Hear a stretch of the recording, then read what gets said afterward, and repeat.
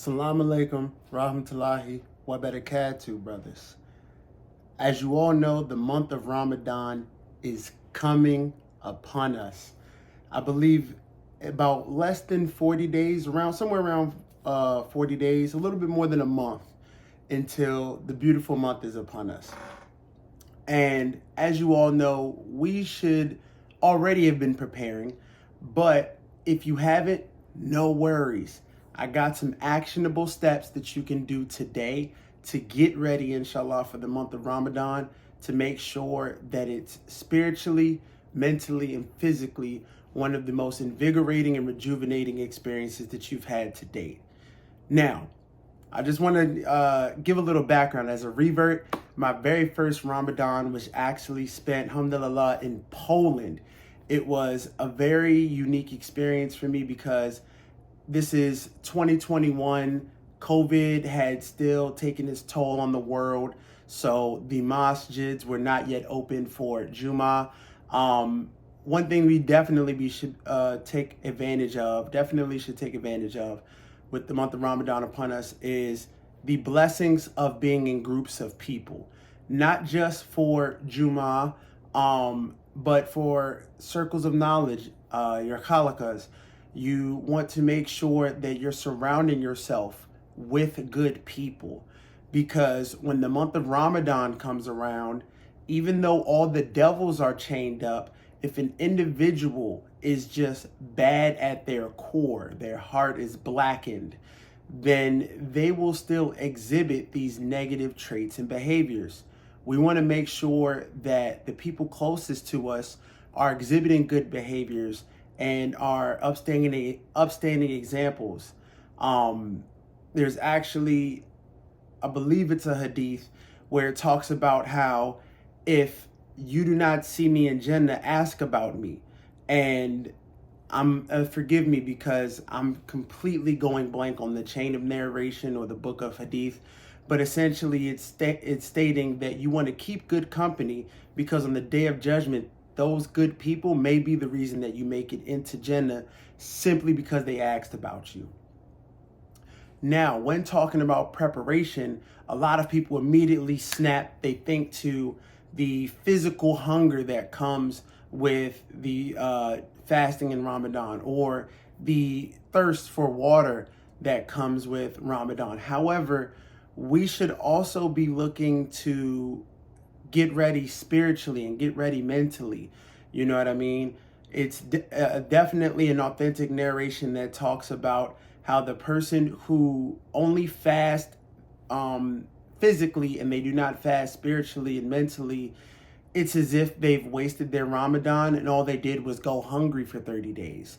We want to make sure that we're taking advantage of this month by truly reaping the rewards of it. So don't just think about Ramadan as not eating and drinking during the day, but think of it as a way to cleanse your thought process, to cleanse your spirit of all the filth that, comes upon us over the course of the year up until Ramadan.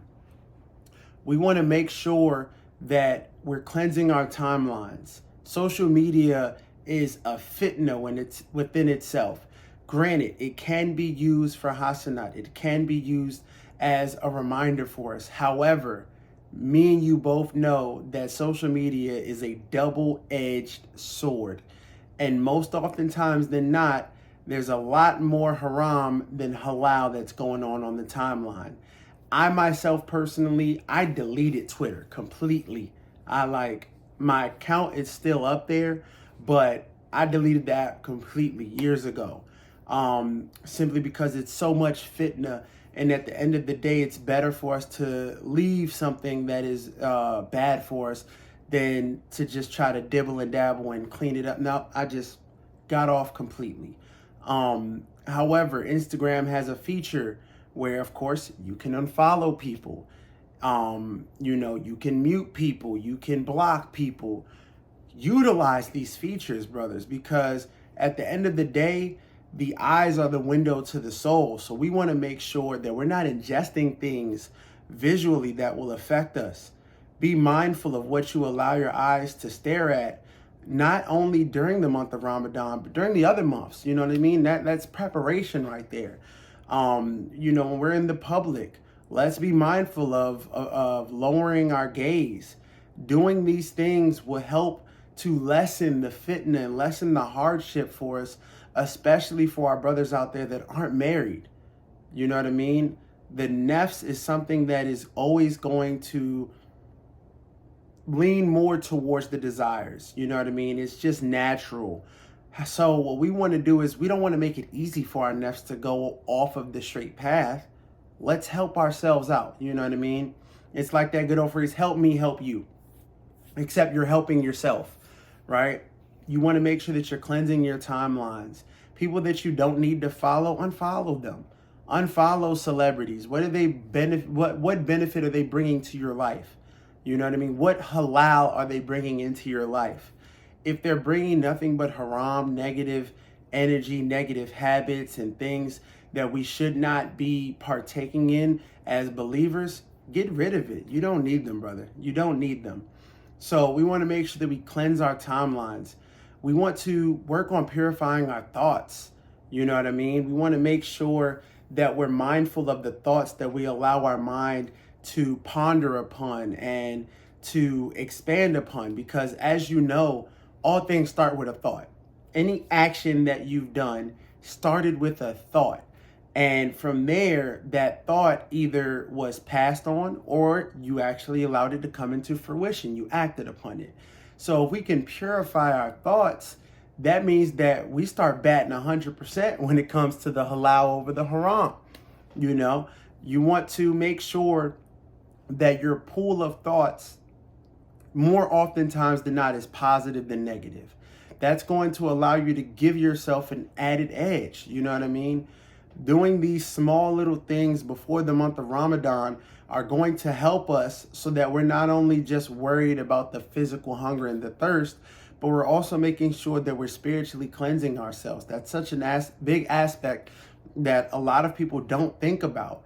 Let's purify our tongues, making sure that we're watchful of what we say, who we say them to. Let's make sure that we limit and eliminate backbiting. Backbiting is one of those sins that will cause people to, be cast into the hellfire. It can literally burn away your good deeds. Let's watch our emotions. If you struggle with anger, let's watch that.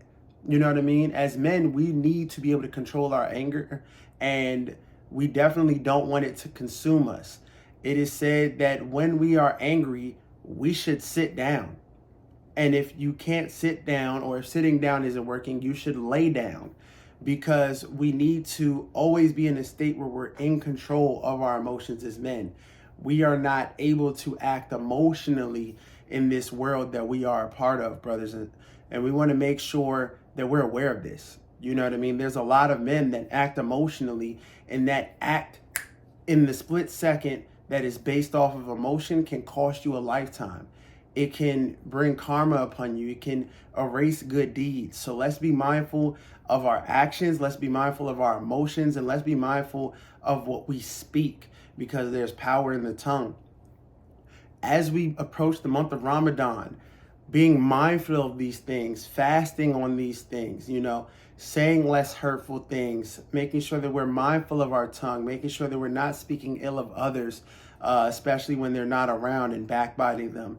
These are all things that we should be doing. When it comes to the actual act of fasting, there are a couple different ways that we can follow the sunnah and get benefit from following the sunnah that will also prepare us for Ramadan. It is sunnah to fast on Mondays and Thursdays.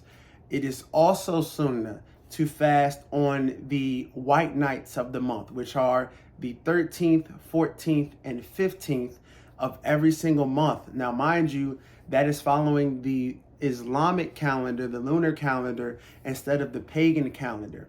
That is something that as Muslims, we always want to be aware of.